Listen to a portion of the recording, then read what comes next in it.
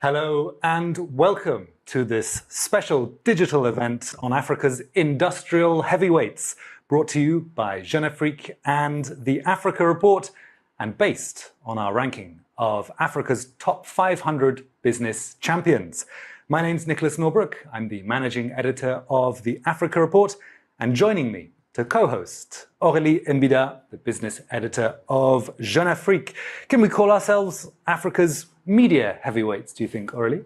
Well, it is our own show, so we can call ourselves whatever we want. Exactly. In just a moment, we'll be turning the spotlight on our two special guests, Stan Mittelman, the CEO of Vivo Energy, who won our deal of the year for purchase of Malaysia's engine for around $1.5 billion in 2024, and Mayowa Kuyoro, the head of Africa Financial Services at McKinsey. Now, for the last 20 years, we've been publishing an annual survey of Africa's top 500 companies. Our data teams use a mixture of active search and survey data, and they're, of course, backwards looking as we're taking the last full financial year. But they are, as ever, rich in takeaways about the health of the African corporate ecosystem. Aurélie, what are the major points you've pulled out for us from the latest edition? So let's start with the big picture. For this 2025 edition, the total turnover of the 500 business champions has slightly decreased from around $760 billion in 2022 to $737 billion in 2023. That's a drop of around 3%. This decline is not a surprise. It reflects the macroeconomic difficulties many African economies have faced and are still facing today. Countries like Nigeria and Egypt, for example, have been under pressure from currency devaluation, high inflation, and rising public debt. At the same time, commodity prices, with still high for oil, have softened for other exports like metals and fertilizers, which also affected big national champions. Still, what is interesting is that the African corporate landscape is evolving. If we now look at the slide with the top 20 companies, we can see some clear shifts. South Africa still has the larger number of companies in the ranking, and it continues to weigh heavily, but its shares of the total turnover is now 39%, which is the lowest in the history of the ranking. Meanwhile, other markets are rising. Nigeria, for example, has 3 companies in the top 20, including NNPC and Nigeria LNG. Ethiopia has the strongest player with Ethiopian Airlines, and Senegal's share has doubled in just 3 years, driven by the growth of public and private companies. So despite a challenging environment, this year's ranking shows us a more diversified and dynamic African private sector, with new regional champions emerging and more countries now contributing to the continent's corporate power. So let's start with you, Stan Mittelman, for the first question of our conversation. En français, dans le texte, je veux parler de Vivo Energy, qui a vu le jour en 2011 et moins de 15 ans plus tard. Vous êtes déjà à la 3e place du classement des 500 champions africains. Est-ce que vous attendiez un tel parcours? Est-ce que, selon vous, il y a des raisons qui expliquent cette progression vraiment rapide? C'est vrai que ça a été une croissance relativement spectaculaire. Sur les 10 premières années de notre existence, entre 2011 et 2021-2022, on a grossi, grosso modo, on a multiplié notre activité par 3. Entre 2022 et 2024, on a remultiplié notre activité par 2. C'est le résultat de l'acquisition de Engen. Ce qui fait que c'est comme ça qu'on est arrivé finalement dans le top 500 des champions d'Afrique, en 3e position. Aujourd'hui, on a 4000 stations et finalement le chiffre dont je suis le plus fier aujourd'hui, c'est nos 2 millions de clients qui viennent tous les jours sur une de nos stations. Alors, votre question est, est-ce que je suis surpris? Comment on a fait ça? Je dirais qu'on a 3 ou 4 explications. D'abord, c'est le résultat d'une stratégie de croissance déterminée. On n'arrive pas comme ça à croître en multipliant notre activité en 13 ans par 6, juste par chance. C'est vraiment le résultat d'une stratégie de croissance importante. Nous, on a cru et on croit depuis toujours en le potentiel de l'Afrique, la croissance de l'Afrique. Alors, on n'est pas les seuls aujourd'hui. Simplement, beaucoup de nos concurrents historiques n'ont pas fait la même analyse. Nous, on est passé en 13 ans de 15 à 28 pays. Notre premier concurrent, sur à peu près la même période, lui, est sorti de 19 pays. Au sein duquel vous avez travaillé d'ailleurs. Au sein vous duquel savez de quoi vous parlez. J'ai travaillé, j'ai peut-être une petite part de responsabilité là-dedans, mais toute petite, j'espère. Bon, donc, le premier élément, je crois, qui est décisif là-dedans, c'est une stratégie de croissance qui est déterminée. Alors, au-delà de cette stratégie, de cette volonté, il y a 2 ou 3 éléments qui sont importants. Il y a la marque. Quand on est dans une activité de distribution, la marque, les marques, c'est important. Nous, on travaille avec 2 marques, Shell, qui est la marque un petit peu historique de notre groupe, et Engen, marque qu'on a finalement retrouvée avec l'acquisition que vous évoquiez. Ce sont 2 marques très fortes, qui sont là où elles opèrent, à peu près partout, les marques les plus fortes. 2 points sur lesquels je voudrais très rapidement passer. Le modèle d'organisation. On est pardon pour l'anglicisme, mais on est EU-centrique.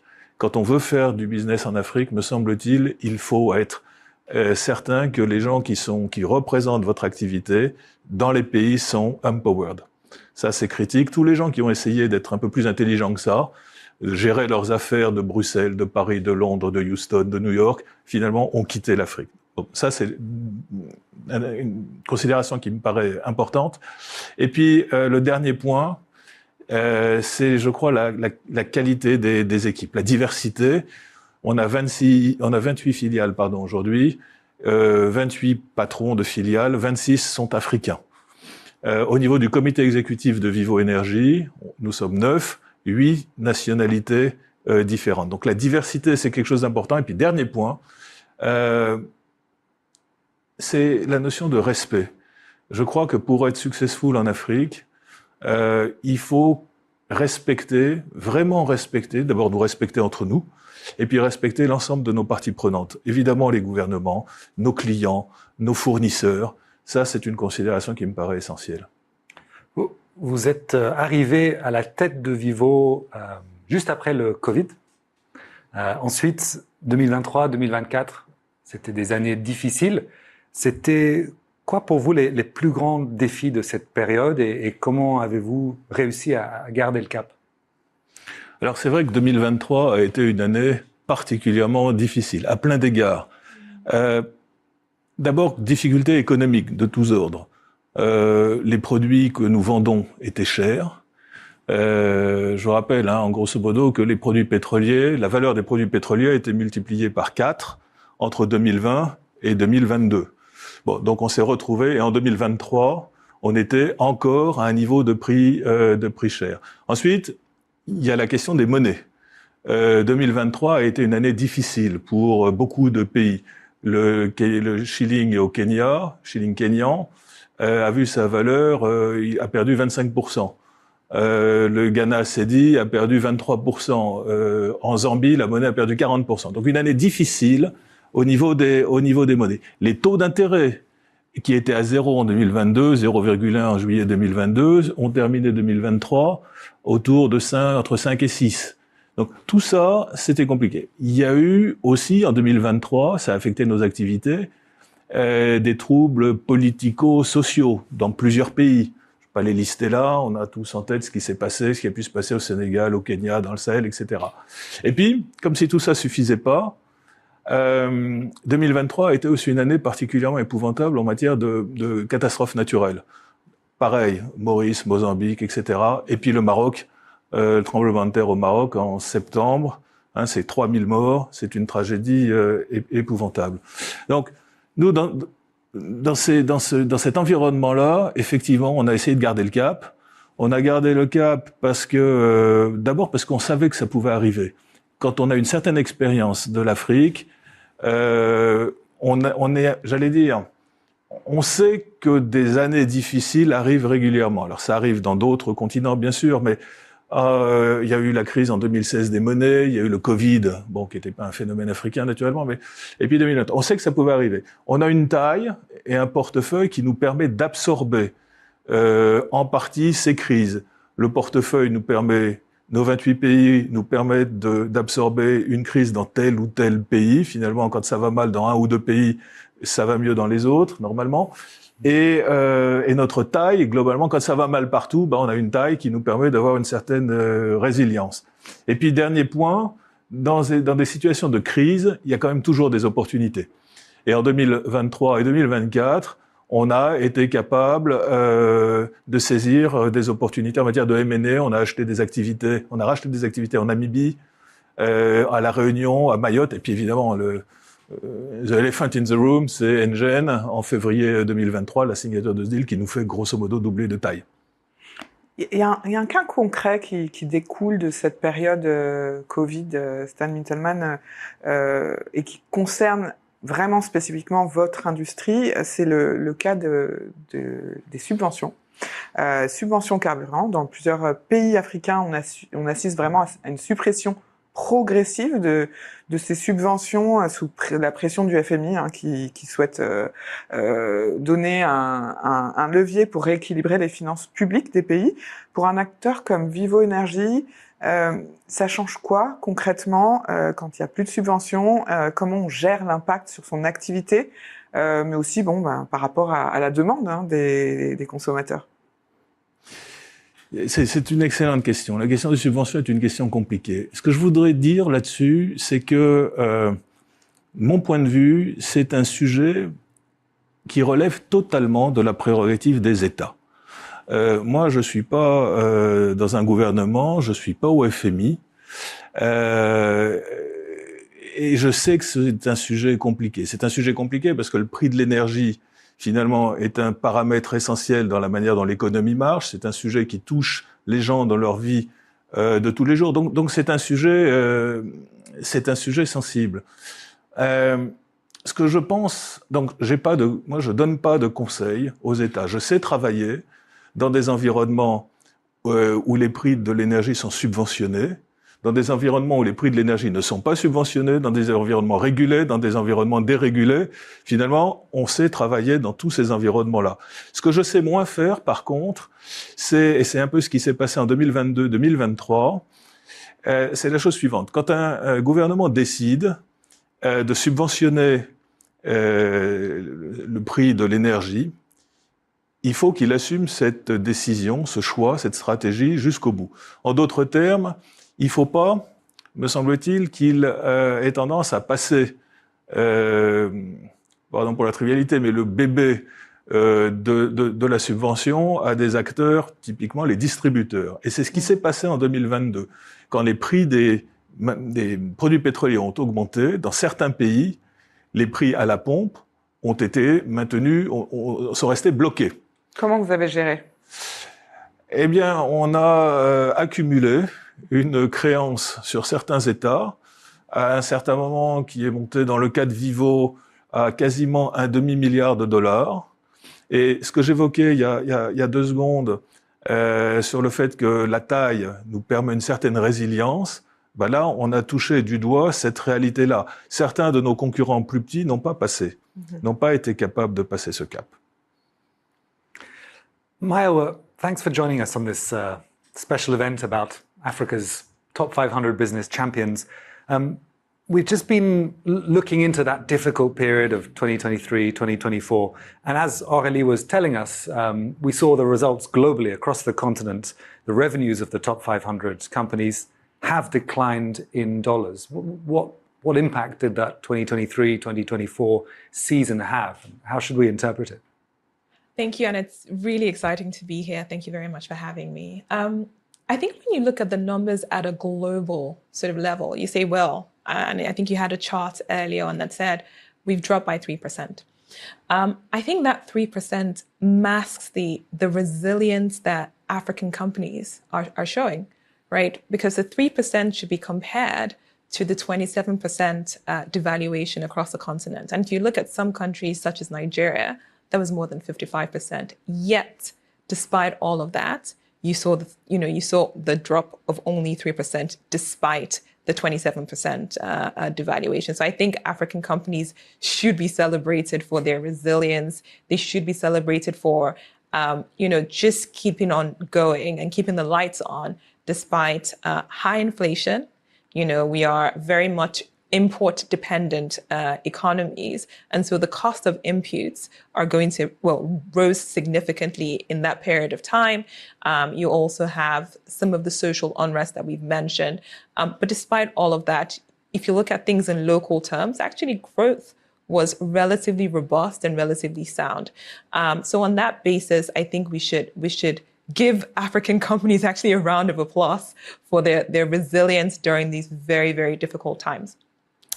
I think another thing to also just note as we look at the numbers as well is the differences across the various different economies, right? So you have South Africa. You mentioned South Africa, had a little, not as many companies this year as they've had in the past. You look at Nigeria, Egypt, and even Francophone Africa. I think the effects of what happened in 2023-24 actually was also quite different across the different markets, and I can go into that a little more. I think for now, let's celebrate actually the resilience of the African champions. Je reviens à vous, Stan Mittelman. Vous avez abordé, quand on parlait des défis tout à l'heure, la question de la monnaie, qui est un défi en soi hein, pour les entreprises panafricaines qui sont dans plusieurs pays. C'est le cas de Vivo Energy. Hein, il y a 28 pays africains de présence, donc plusieurs qui sont avec la monnaie unique, la zone franc, CFA, mais aussi dans d'autres où l'inflation est très forte, la monnaie est plutôt instable. On a aussi évoqué tout à l'heure avec la présentation de Nick, comme par exemple au Zimbabwe. Est-ce que vous devez adapter, votre stratégie en fonction de la situation monétaire qui est propre à chaque pays, ou bien voilà, vous déroulez un modèle unique et si vous avez une stratégie propre, comment vous faites? Alors, c'est vrai qu'on est dans 28 pays et que dans ces 28 pays, il y en a qui ont des monnaies beaucoup plus faibles que d'autres. Une fois qu'on a dit ça, concrètement, pour nous, grosso modo, on a un tiers de notre résultat qui est fait dans des pays dont la monnaie est liée directement à l'euro, c'est les pays CFA, ou à un panier euro-dollar, c'est le cas du Maroc, par exemple. Donc ça, c'est un tiers. On a une part très importante aujourd'hui de notre activité qui est faite en Afrique du Sud, avec le rand. Bon, le rand est une monnaie qui s'appuie sur des fondamentaux quand même assez solides, confère finalement la stabilité du rand autour de 18 pour $1 depuis quelque temps. Et puis alors, vous avez raison, il y a les autres. Il y a les autres pays. Bon, vous avez cité le Zimbabwe. Aujourd'hui, le Zimbabwe, finalement, représente pour nous un relativement petit risque dans la masse de Vivo. Ça représente un risque qui est d'autant plus faible, je dirais, que l'économie est largement dollarisée aujourd'hui au Zimbabwe. Je crois qu'il faut comprendre, pour répondre complètement à votre question, c'est que, bien sûr que la monnaie et l'évolution de la monnaie, pour nous, c'est un sujet. Mais ce qui est aussi un sujet, c'est la capacité que nous pouvons avoir à faire en sorte que nos marges en dollars finalement rattrape les dévaluations des monnaies. Et quand on regarde finalement tout ça sur le long terme, on se rend compte que nos marges unitaires en dollars, elles sont relativement stables. Alors, il y a bien sûr un effet retard. Hein, nos marges ne courent pas aussi vite en général que les dévaluations, mais finalement, il y arrive. Juste un exemple qui me paraît assez frappant. Sur le Nigeria, je lisais il y a quelque temps un truc. En 85, la valeur du Naira, pour un Naira, vous aviez $2, en gros. Le Naira était à 0,50 et quelques. Aujourd'hui, le Naira est à 1540, 1550. Je peux vous garantir qu'en 40 ans, entre 85 et aujourd'hui, le business des distributeurs aux pétroliers n'est pas devenu 3000 fois plus mauvais. Donc, les marges rattrapent d'une certaine manière. Mayowa, let's dig into that. What is the secret source of these African champions who still manage to grow their revenues and their profits? What do these successful companies have in common? I wonder if they will. If you talk to the leaders of these companies, they'll say they have a secret source. But they won't tell you it. They might have one. Exactly. But I was reflecting a little bit as I was looking at the rankings, and I had talked about the fact that different countries have had different effects, right? So we talked about, how devaluation, despite the devaluation, company revenues were growing. But if you take some of the large markets, you have South Africa. South Africa actually sort of saw a decline in revenues vis-a-vis the decline in devaluation, right? So they're sort of tracking. You look at Nigeria and Egypt, where despite devaluation, actually their revenues actually increased, right, in this period of time. And also the Francophone countries where again, they have a currency that's pegged to the euro, but yet, you saw the growth in revenues.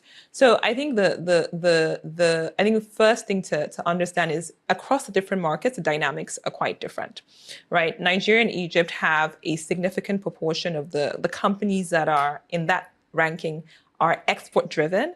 And so, like, if I take Nigeria, you'd mentioned commodity prices sort of declining, except for oil, which sort of was high. We benefited from that. Oil and gas companies on the list, the energy companies on the list benefited from the high oil prices. I think there's a bucket of companies that, especially the global energy materials companies, that benefited from high commodity prices. I think the second thing actually is something that we've been seeing increasingly in Africa, which is just, again, talks to the resilience. And one of the things I love to see is what I call the saturarization of the economies. People are consuming anyway. And what we're seeing is companies also bringing the minimum order quantity to volumes where, despite not having more to spend, but because I want to consume, I am actually able to buy because they're bringing the prices and the quantities down. I think that's the second thing. I think a third thing that we've seen is just also around, and I think this is where companies have a bit of work to do, just people getting a bit more efficient. They're not where they need to be, right? I think we still have a long way to go from an efficiency perspective, but companies are getting a bit more efficient using things such as digital, using the innovation that we're seeing on the continent to help make their operations a little bit better and to drive sort of the results that we're seeing. So, I think if I would say anything, one is very different across the markets, but also despite that, folks are benefiting from macro trends, but also within the various different industries coming up with innovative ways to deal with the situation as it is. Thank you for that, Mayowa. Right, let's dive into a look at the top 20 companies in our top 500 business champions. It's a sector that accounts for nearly a third of cumulative sales in the 2025 edition, revenues of $211 billion for 71 companies. It's a sector which has really grown in importance in recent years. It was around 18% of cumulative revenues in the 2023 edition, with revenues of $119 billion across 62 companies. And this is essentially due to the rise of oil and gas prices. In parallel, we also saw the emergence of indigenous companies like Owando in Nigeria, Seplat also, or Petrosi in Côte d'Ivoire.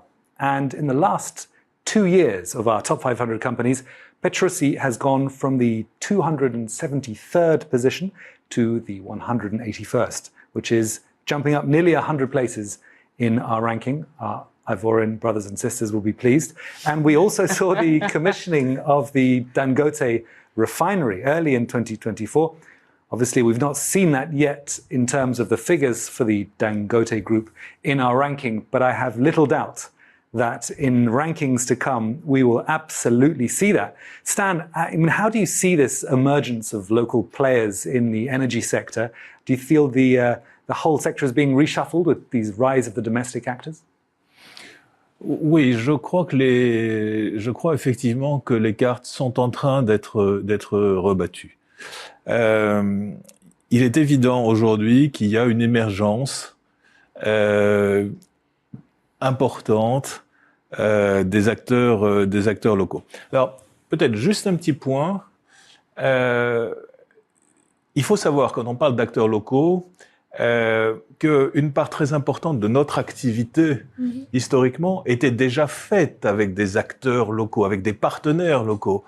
Nous, on a l'ensemble de nos gérants font partie de notre industrie. Ce sont des partenaires locaux, l'ensemble de nos transporteurs, une immense majorité de nos contracteurs. Alors, tout ça, c'est pas complètement négligeable, hein, puisque tout ça, ça fait environ 100 000 emplois pour Vivo sur l'ensemble de l'Afrique. Mais ceci dit, j'entends bien que votre question était plutôt sur le monde des compagnies pétrolières as such. Alors, Oui, je pense que le mouvement qui a démarré, non pas si récemment que ça, récemment il s'accélère, mais c'est un mouvement qui a démarré au début des années 90, un mouvement de désengagement des majors et finalement de rachat des actifs de ces majors, parfois, pas toujours, mais parfois, par des acteurs locaux. Bon, on va pas revenir aux années 90, mais il y a des deals qui ont été un peu emblématiques au Nigeria, par exemple, quand MRS rachète 5 pays chevrons en 2009, c'est un deal important à l'échelle du continent. Plus récemment, Star Oil, qui est un acteur mauritanien, fondamentalement, essentiellement au départ mauritanien, rachète Total Burkina. Bon, donc ce mouvement, c'est le sens de votre question, s'accélère. Alors, d'aucuns y voient peut-être des menaces, moi j'y vois que des opportunités. Très honnêtement, j'y vois que des opportunités. Dans plein de pays, on est associé avec des acteurs locaux, avec des compagnies locales. On a des JV au Sénégal, on a des JV au Mali, on a des JV en Zambie, en Tanzanie, bon, dans beaucoup de pays. Et au fond, on en est très heureux. Moi, je crois que ce mouvement, hein, pour être clair, il est inéluctable, d'une part, et au fond, au-delà d'être inéluctable, il est souhaitable. Je crois qu'il y a Eschyle qui disait un truc du style ce qui doit être sera. Eh ben, on est en plein là-dedans. Hein, ça doit être, et finalement, c'est porteur d'opportunités. Can I say something on this topic? I think it's exciting to see the rise of local companies, especially becoming big African champions. I think we need more. I think there is no other time such as this in the history of the world, actually, where Africans can begin to take and own and shape our own destiny, and also have the private sector also rise, right, to the occasion, given everything that's happening across the world. So I think it's a very exciting development, and I hope to see more and more and more of this going forward. Absolutely. Although it is becoming increasingly difficult, Stan, isn't it, in terms of the financing of energy companies. There's an increasing reluctance of global financial institutions to back fossil fuel projects on the continent because of climate goals, even when energy sources are important to the development and industrialization of the continent. So how does Vivo navigate this tricky, tightening space? And is this a form of climate double standard being imposed on African economies? No, I would not say that. I would probably say that what you observe is slightly more relevant when it comes to upstream oil and gas companies than a company like Vivo. As you know, we had recently to close the transaction with Petronas on Engen. We worked on the financing with some financial institutions, with some banks. I can tell you that we didn't have any issue at all. And it was probably the other way around. We had quite a lot of financial institutions coming and offering to be part of the deal. Now, again, once I've said that, we should not deny what you describe happens.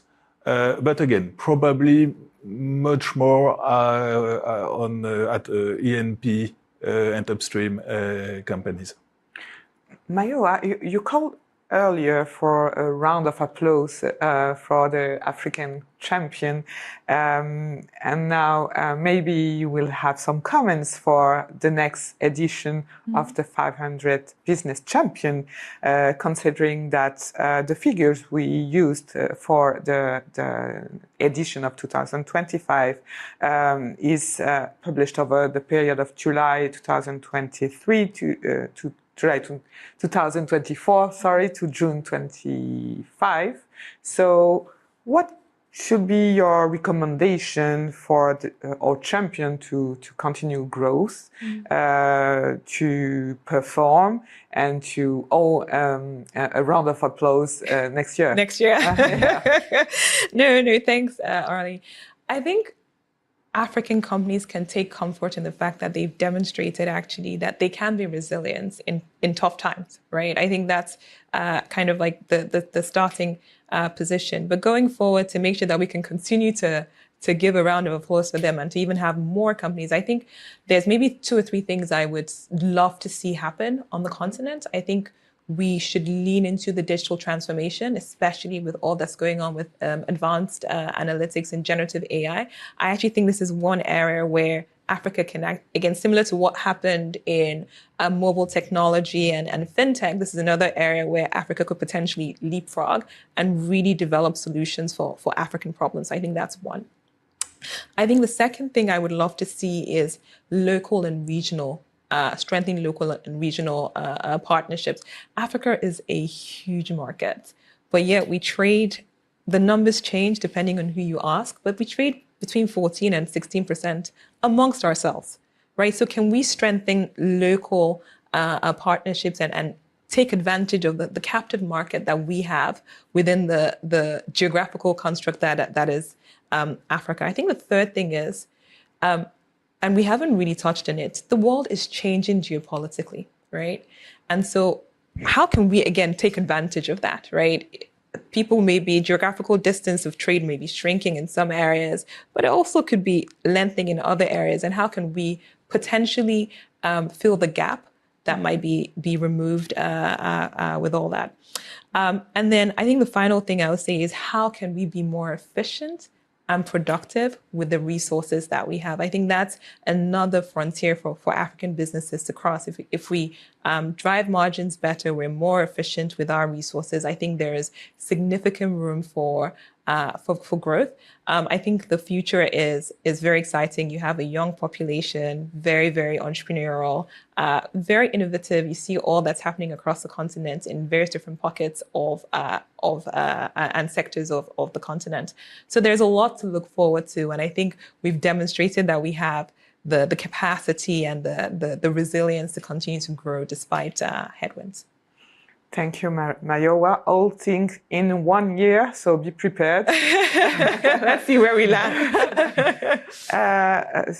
Stan, maintenant, c'est un peu le même genre de question. S'il fallait garder une seule réforme, s'il fallait garder une mesure prioritaire à souffler, par exemple, à l'oreille des gouvernements du continent, afin que favoriser et qui favorise l'émergence de champions panafricains comme Vivo, laquelle défendriez-vous?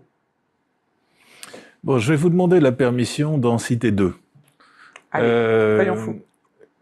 La première, c'est une recommandation d'ordre un peu général, enfin une mesure un peu générale, c'est tout ce qui touche autour de l'intégration régionale. En fait, on a fêté il y a quelques jours les 50 ans de la CEDEAO. Bon, je pense que l'intégration régionale, c'est une problématique, c'est un sujet qui doit permettre d'accélérer la croissance du continent. Tout ce qui tourne autour des sujets de libre-échange, d'infrastructures, énergie, transport, eau, etc. Bon, c'est une. Pourquoi est-ce que c'est bon pour une compagnie panafricaine comme Vivo? Fondamentalement parce que ce qui est bon pour l'Afrique, ce qui est bon pour les économies africaines, est bon pour les acteurs économiques de ces pays. Donc ça, c'est la palissade. La deuxième mesure, et là, pardonnez-moi, elle est un tout petit peu plus focus sur notre industrie à nous, c'est tout ce qui tourne autour du GPL. Alors vous allez me dire, mais c'est bizarre, pourquoi le GPL? Un des grands sujets quand même aujourd'hui de l'Afrique, un des grands sujets, alors pas que de l'Afrique, mais de l'Afrique, c'est la déforestation d'une part, et le sujet des 4 millions, grosso modo, de gens qui décèdent tous les ans, essentiellement des femmes et des enfants, parce qu'ils respirent des fumées toxiques en faisant la cuisine. C'est le sujet du clean cooking. Bon, le GPL permet de régler de manière rapide, de manière efficace, ces deux sujets. Donc, si j'avais une deuxième recommandation un peu plus tournée vers notre industrie, ce serait de permettre la mise en place, tout ce qui tournerait autour de la mise en place de cadres réglementaires qui permettent à des gens comme nous, on va investir $1,5 milliard avec Vitol, on va investir $1,5 milliard dans le GPL entre 2025 et 2030. j'allais dire, aidez-nous là. Faites en sorte que le cadre réglementaire de cette activité soit safe. So, as you can see, the energy sector remains the dynamic core of Africa's corporate ecosystem, something that is in flux, something with big African heavyweights like Dangote jumping in, but also global giants who are doubling down on the sector. That's all we have time for today, but I'd like to thank our guests, Stan Mittelman, CEO of Vivo Energy, and Mayowa Kuyoro, Head of Africa Financial Services at McKinsey. Thanks for allowing us to drill down into some of the issues with you today. It's the only energy sector joke we're permitting ourselves on the show.